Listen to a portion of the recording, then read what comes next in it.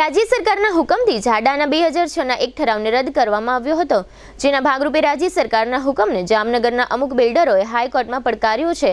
આ મામલાની સુનાવણી આગામી 9 ઓક્ટોબર 2024ના રોજ કરવાનો હાઈકોર્ટે નિર્ણય કર્યો છે। આ કેસની વધુ વિગતો જોઈએ તો જામનગર વિસ્તાર વિકાસ સત્તા મંડળ દ્વારા 2006માં એક ઠરાવ કરી લાલવાડી વિસ્તારના 5 પ્લોટમાં આવેલા કુલ 13 લાખ સ્ક્વેર ફૂટની જાહેર હરાજી કરવામાં આવી હતી। આ હરાજી થયા બાદ ગમે તે કારણોસર ખરીદનાર પાર્ટીને આ પ્લોટની જમીનના દસ્તાવેજ તથા કબજો આપવામાં આવેલ ન હતો, જેના વિરુદ્ધમાં 2012માં ખરીદનાર પાર્ટી કોર્ટમાં ગઈ હતી। ત્યારબાદ 2022માં ઝાડા અને પ્લોટ ખરીદનાર પાર્ટીએ કોર્ટની બહાર સમાધાન કરી લીધું હતું, જેના ભાગરૂપે તત્કાલીન ઝાડાના ચેરમેન દ્વારા સપ્ટેમ્બર 2022માં પાંચેય પાર્ટીના વિવાદાસ્પદ પ્લોટોનો દસ્તાવેજ તથા કબજો આપી દીધેલો હતો। આ બધી બાબત બંધ બારણે બની હતી। દસ્તાવેજ થયા બાદ 3 મહિના પછી આ બાબતની જાણ જામનગરના સ્થાનિક મીડિયાને થતાં આ અંગેના અહેવાલો ડિસેમ્બર 2022માં પ્રસારિત થયા હતા।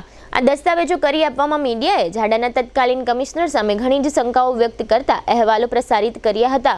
ખરીદનાર પાર્ટીને 2006ના ઠરાવના જમીનોના દસ્તાવેજો 2022માં કરી આપ્યાના અહેવાલો મીડિયામાં પ્રસારિત થતા રાજ્ય સરકાર પર સફાળી જાગી હતી અને આ અહેવાલોની રાજ્ય સરકારે ગંભીરતા લઈ રાજ્ય સરકારના શહેરી વિકાસ મંત્રાલયે આ જમીનના દસ્તાવેજ અંગેની ફાઇલો મંગાવી હતી અને આ ફાઇલો મંગાવ્યા બાદ આ ફાઇલોનો ઊંડાણપૂર્વકનો અભ્યાસ કર્યો હતો, જેના ભાગરૂપે રાજ્યના શહેરી વિકાસ મંત્રાલયે 2006નો ઠરાવ રદ કરવાનો હુકમ કર્યો હતો, તેમજ કુલ 5 પાર્ટીને કરી આપવામાં આવેલ જમીનનો દસ્તાવેજ પણ રદ કરવાનો 2023માં હુકમ કર્યો હતો।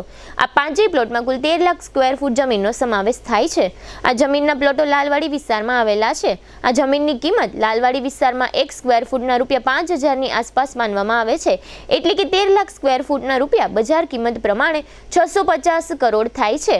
ખરીદનાર પાંચેય પાર્ટી વચ્ચે 13 લાખ સ્ક્વેર ફૂટ જમીન જે તે સમયે માત્ર 10 કરોડની આસપાસમાં જ ઝાડા પાસેથી જાહેર હરાજીમાં ખરીદી હતી। 2022માં ઝાડાના ચેરમેને લાઇટ પેમેન્ટ આપવાના બદલામાં 4 કરોડ જેવી રકમ ખરીદનાર પાર્ટી પાસે વસૂલી હતી।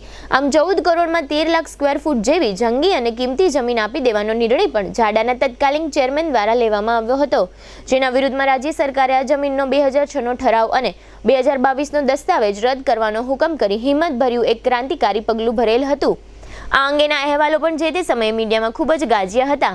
2006નો ઠરાવ અને દસ્તાવેજ રદ થતાં ખરીદનાર પાર્ટીઓ તેના વિરુદ્ધમાં હાઈકોર્ટમાં ગઈ છે। આ અંગેની તારીખ 13 સપ્ટેમ્બર હતી, પરંતુ 13 સપ્ટેમ્બરે ફરી 9 ઓક્ટોબરની તારીખ પડી છે। આ જમીન ખૂબ જ કિંમતી હોવાથી ઘણા લોકો આ જમીનમાં રસ લઈ રહ્યા છે। બિનસત્તાવાર રીતે જાણવા મળ્યું છે કે આ જમીનની પત્તાવટ કરવા માટે જામનગરના અમુક લોકો ગાંધીનગર ધક્કો ખાઈ આવ્યા છે અને આ કેસ અંગેની લાગતા વળગતાઓને જાણ કરી આ જમીન ખરીદનાર પાર્ટીને પરત મળે તે માટેના પ્રયાસો શરૂ કર્યા છે। સરકારશ્રીના વકીલ તરીકે અવિનાશ ઠાકર હાઈકોર્ટમાં આ જમીન અંગેનો કેસ લડે છે। આ જમીન અંગે ભૂતકાળમાં એટલે કે 2022માં મોટો ભ્રષ્ટાચાર થયો હોવાનું કહેવાય છે, એટલે જ ખરીદનાર પાર્ટીને તાબડતોબ દસ્તાવેજ કરવાનો ઠરાવ થયો હોવાનું પણ કહેવામાં આવે છે।